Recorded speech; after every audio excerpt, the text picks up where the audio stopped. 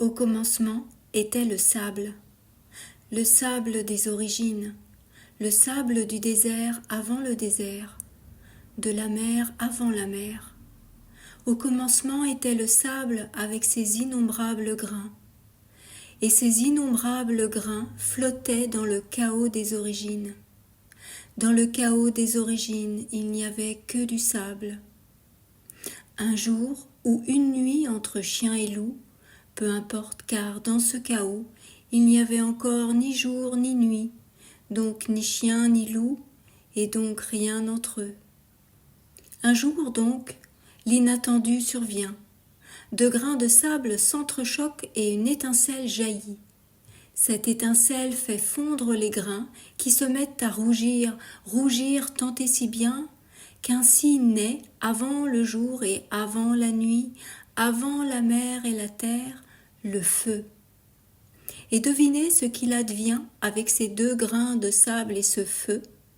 Oui, une minuscule ou une immense, peu importe à l'époque, car dans ce chaos, il n'y avait ni petit ni grand. Il advient une boule de verre incandescente. C'est alors que s'éveille la curiosité de Dieu. Dieu qui, comme un enfant penché sur une petite créature, se met à souffler doucement dans cette boule rougeoyante. La boule grandit, grandit, grandit, et le souffle de Dieu pétrit, pétrit, pétrit. Et la boule prend la forme du premier être humain.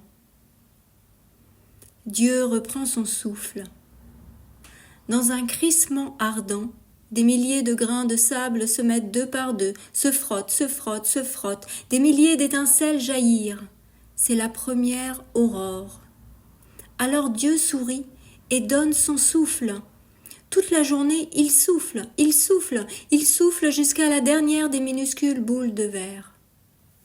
Dieu souffle et Dieu rosit de plaisir, et le verre devient rose. Un nourrisson naît. Dieu rougit d'émerveillement, et le verre devient rouge. Un homme au cœur amoureux est créé. Dieu jaunit de joie, et le verre devient jaune. Un homme au cœur joyeux prend vie. Dieu, de gratitude, se revêt de bleu. Une femme au cœur ouvert s'anime. Le souffle coloré de Dieu coule ainsi dans les boules de verre. Toutes les couleurs de Dieu passent dans les boules de verre. Et c'est ainsi que les hommes sont créés, tous créés depuis l'origine et pour l'éternité. Dieu reprend son souffle, et il s'endort, et dans son sommeil, il rêve. Et dans son rêve, il contemple sa création. C'est la première nuit. Dans son rêve, la lumière passe à travers chaque éclat de verre unique, et tous les hommes se mettent à chatoyer, à briller de mille feux. Et chacun danse et prend sa place à côté des autres. Chaque brin de vitrail est traversé par un brin de lumière. C'est alors qu'un vitrail immense prend corps, le vitrail de l'humanité. C'est ainsi que fut créé le soleil du rêve de Dieu. Ce rêve est si beau, si immense que les anges se mettent à vibrer, à déployer leurs ailes, à chanter. Et c'est du chant des anges que la voix de l'homme naît pendant le sommeil de Dieu.